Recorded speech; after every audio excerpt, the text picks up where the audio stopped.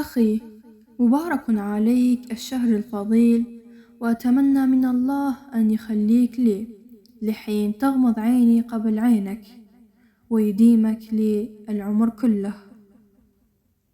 رمضان كريم ومبارك لك، دخول شهر الخير والجود عليك يا أخي، وأتمنى من الله أن يرزقك السعادة والأمان في كل وقت وحين.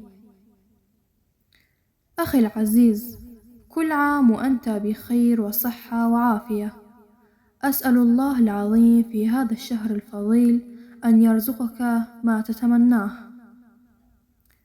أقبل شهر الخير والبركة، وكل عام وأنت بخير يا أخي، وأتمنى أن نبقى سويا طوال العمر، وأن يجمعنا الله في الجنة.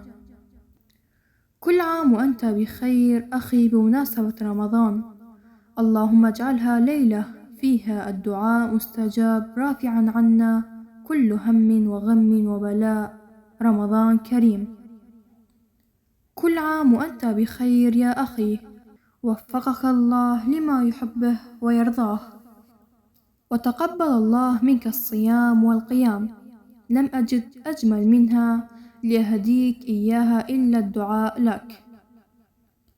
أتى رمضان وهلت علينا نسائم الخير والعطاء.